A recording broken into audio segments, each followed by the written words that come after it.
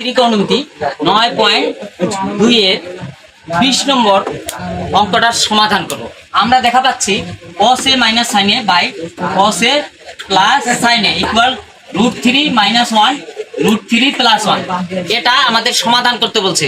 এখানে সমাধান করতে বলতে কি আমাদের এখানে থিটাও থাকতে পারে, এও থাকতে পারে, পি থাকতে পারে, কিউ থাকতে পারে, যেই থাকুক না করো আমার সেই মানটা আমাদেরকে বের করতে হবে। যখন অঙ্ক আমাদের বড় আকারে থাকে, ছোট করার জন্য আমাকে কি করতে হবে? যোজন বিয়োজন করতে হবে। আমরা যোজন বিয়োজন সবাই বুঝি।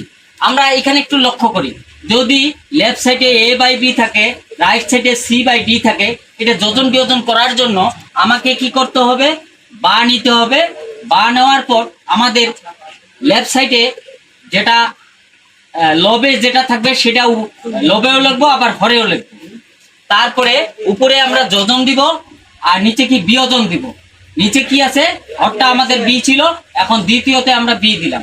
তারপরে আমরা লক্ষ্য করি রাইট সাইড, অর্থাৎ যোজন বিয়োজন আমাদের কি মাঝখানে, অর্থাৎ সমাধানের ক্ষেত্রে শুধু যোজন বিয়োজন করা যায়। যদি এককভাবে লেফট সাইড করো তাহলে হবে না, উভয় পাশে করতে হবে। আমরা এখানে দেখা পাচ্ছি সি লবেও হবে, হরেও হবে। তারপরে যোজন বিয়োজন, এখন হর কি ছিল? ডি ছিল, তাইলে আমরা লবেও ডি দিব এবং হরেও ডি দিব।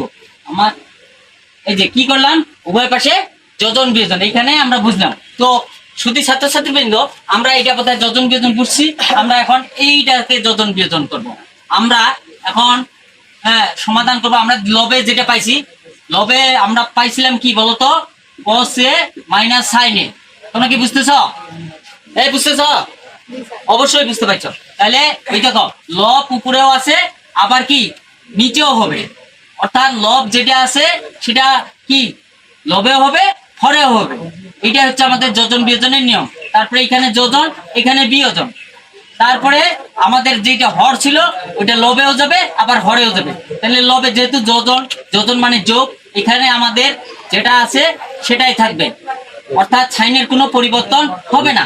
কিন্তু এখানে দেখো বিয়োজন মানে মাইনাস, আমাদের মাইনাস করার জন্য যেহেতু আমাদের হরটা এখানে হচ্ছে, সেহেতু আমাদের কি সাইনের পরিবর্তন হবে। অর্থাৎ এটা যদি থাকে, এখানে প্লাস ছিল, প্লাস মাইনাসে কি হয়? মাইনাস হয়। আর এখানে কি সাইনে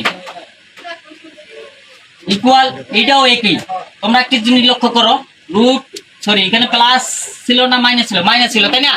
মাইনাস দিলাম 1। আর নিচে আসো, নিচে তাহলে এই যে লবটাই হবে, অর্থাৎ আমাদের লব কি ছিল? √3 - 1। এইটাই √3 - 1 হবে। আমি বলছিলাম যোজন এবং বিয়োজন। নিচে দেখো হর ছিল √3 + 1, তাহলে √3 আমি বলছি আগেই বিয়োজনে প্লাস সাইনের পরিবর্তন, এখানে প্লাস আছে, তাহলে কি হবে? মাইনাস হবে। আমরা এখানে সুন্দর করে কি দেব? সুন্দর করে কি দেব?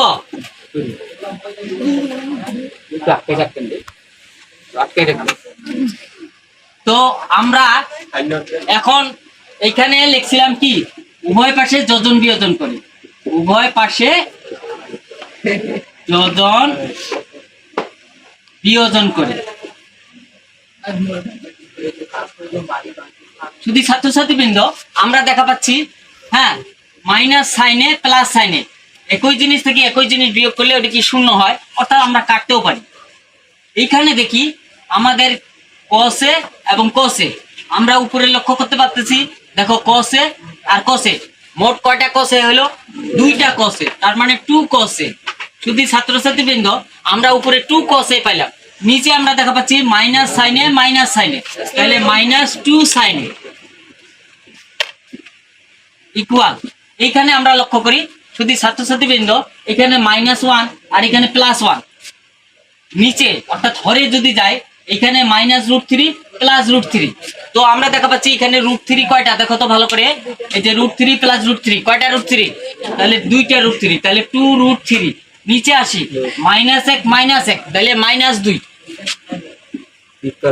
তো শুধু ছাত্রছাত্রীবৃন্দ, আমাদের যদি লবগুলা একই থাকে তাহলে আমরা কাটতে পারি।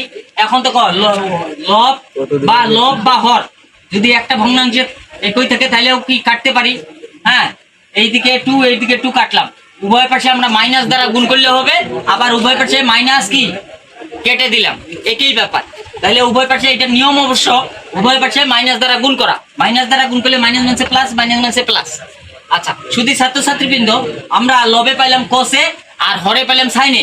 আমরা সূত্র একটা পড়ছিলাম, তোমরা অবশ্যই পড়ছো, cot a বা থিটা এটা সমান কি cos a বাই কি sin a। sin a তোমরা একটু লক্ষ্য করো, cos a by sin a সমান কি cot a। তাহলে আমরা এটাকে কি লিখতে পারি? অবশ্যই cot a লিখতে পারি। তাহলে cot a ইকুয়াল এখানে আছে √3। শুধু ছাত্রছাত্রীবৃন্দ আমাদেরকে বের করতে বলছে a এর মান, যেহেতু এটা আমাদেরকে কোণ সূক্ষ্ম কোণ হিসাবে নেওয়া হয়েছে।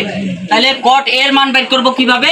আমরা যেহেতু a এর মান বের করতে হবে, তাহলে ওই দিকেও আমাদেরকে cot কত ডিগ্রি মান √3, তাই না? আমরা জানি cot 30 ডিগ্রি মান √3 কত বলো তো? cot কত 30। তাহলে এই √3 পরিবর্তে আমরা cot 30 লিখতে পারি। আমাদের একটা চার্ট আছে দেখিও, ওই চার্টের মধ্যে cot 30 ডিগ্রি মান √3, তার মানে আমরা √3 পরিবর্তে cot 30 ডিগ্রি লিখতে পারি, cot 30 ডিগ্রি। আচ্ছা, উভয় পাশে cot cot কি আমরা যদি বাদ দেই বা কাটা দেই, তাহলে আমাদের এখানে কি থাকে? a ইকুয়াল কত 30 ডিগ্রি। আমাদের বলছিল সমাধান করো, হ্যাঁ? তাহলে আমরা সমাধান কত পাইলাম? এর মান 30 ডিগ্রি, তার মানে নির্ণয় সমাধান। এটা অবশ্যই তোমাদেরকে লিখতে হবে, নির্ণয় সমাধান। তোমরা অনেক সময় এখানে অ্যান্সার লেখো, এটা করবা না। নির্ণয় সমাধান, নির্ণয় কি সমাধান। তাহলে কি এখানে এ আছে, তাহলে এ ইকুয়াল কত 30 ডিগ্রি। শুধু ছাত্রছাত্রীবৃন্দ আমি আশা করি তোমরা অঙ্কটা সহজেই বুঝতে পেরেছো।